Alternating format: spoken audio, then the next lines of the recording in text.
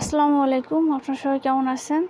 তো আজকে আমি আমার মুরগির বাচ্চার বগলে চলে আসলাম। তো আমার মুরগির বাচ্চা হয়েছে কি, মানে বড় হচ্ছে না, অনেক দিন হচ্ছে পালতাছি কিন্তু ঠিকমতো বড় হচ্ছে না। মানে মুরগির বাচ্চাটা খাওয়া দাওয়া ঠিকমতো করে না।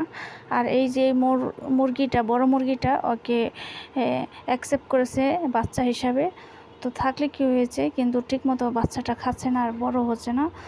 তো আমি ভাবছিলাম যে আরও মুরগির বাচ্চা কিনে দিব ছোট ছোট।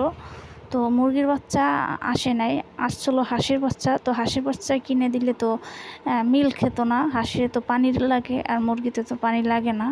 তো তার জন্য অলট কীরকম হয়ে যায়, তার জন্য আর হাঁসের বাচ্চাটা কিনি নেই। তো আপনারা যদি চান হাঁসের বাচ্চা আমি পালি, তাহলে অন্য সময় কিনে আলাদা খাঁচায় পালতে হবে।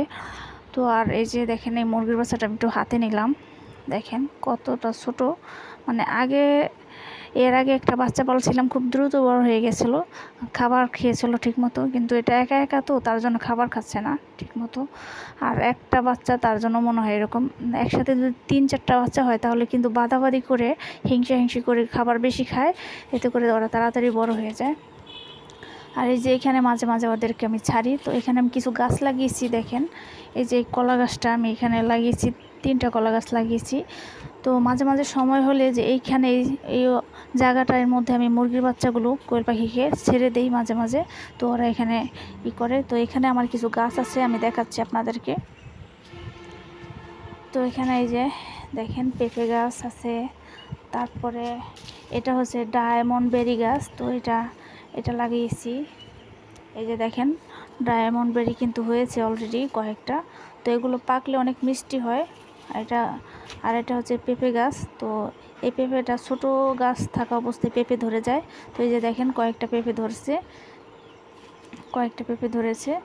আর এখানে হচ্ছে আমার চাইনিজ মিষ্টি কমলা গাছ। তো এই যে দেখেন কমলাও হয়েছে। তো এটা আমি ঢাকায় থাকতে কিনেছিলাম, কলম কাটা গাছ ছিল। এই গাছটা আমি 200 টাকা দিয়ে কিনছিলাম। তো যখন কিনেছিলাম তখন ছোট ছোট কমলা ছিল এরকম, সেই কমলাগুলো পাকিয়েছিলাম। তো এই যে দেখেন এটাও কিনছি 200 টাকা দিয়া। এটা হচ্ছে আমড়া গাছ, এটাও মিষ্টি আমড়া, থাই আমড়া, এটা অনেক বড়ই হয়। তো এই যে এখন নতুন করে আমি আমড়াগুলো যখন কিনেছিলাম ছিল কয়েকটা গোটা, তো এগুলো ভেঙে ফেলে দেওয়ার পরে নতুন করে পাতা নিচ্ছে। আর এই গাছটা হচ্ছে ভুট্টা গাছ। তো এই গাছেও ভুট্টা হয়েছে। আমি বেশ কিছু গাছ লাগিয়েছি এই অল্প জায়গায়। আর এটা হচ্ছে তুলসী পাতা গাছ। এই যে তুলসী পাতা, এটা মুড়ি ভর্তায় মাখাতে ভালো লাগে। তো আমি এগুলো লাগিয়েছি, মাঝে মাঝে কি আমার কোয়েল পাখি এবং মুরগি এসে খায় পাতাগুলো। আর ওটা হচ্ছে পোলাও পাতা গাছ, এটাও ব্যবহার হয় রান্নার কাজে। এটা মরিচ গাছ।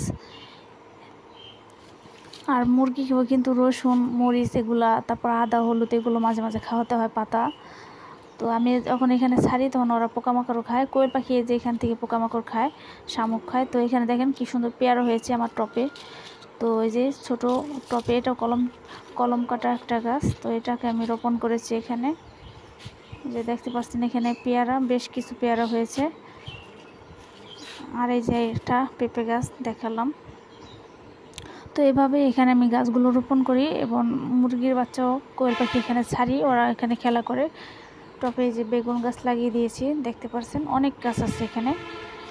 তো আরেকটা বিষয় হয়েছে, এই যে আমি দেখাচ্ছি আপনাদেরকে। এই যে দেখেন এটা কি গাছ, আপনারা চেনেন কিনা।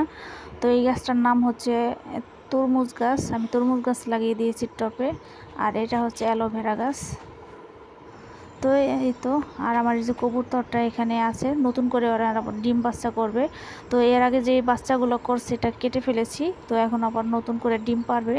তো ভাবতাছি কবুতর রাখবো নাকি কেটে ফেলবো, নাকি মুরগির বাচ্চা আবার করে তুলবো কিনবো। তো আপনারা কমেন্ট করে জানাবেন কবুতর রাখবো কিনা রাখবো না। তো আমি একবার আবার ভাবি যে কবুতর রাখি এক জোড়া, মাঝে মাঝে বাচ্চা দেয়, আবার ভাবি না থাক কেটে ফেলি, কারণ কবুতরগুলোর অনেক বয়স হয়েছে, বৃদ্ধ হয়ে গেছে। তো ওরা ডিম বাচ্চা মাঝে মাঝে নষ্ট করে, আবার ঠিকমতো খাবারও খেতে চায় না। তো আজকের ভিডিও চলে এই পর্যন্তই। আপনারা সবাই ভালো থাকবেন, সুস্থ থাকবেন। আসসালামু আলাইকুম।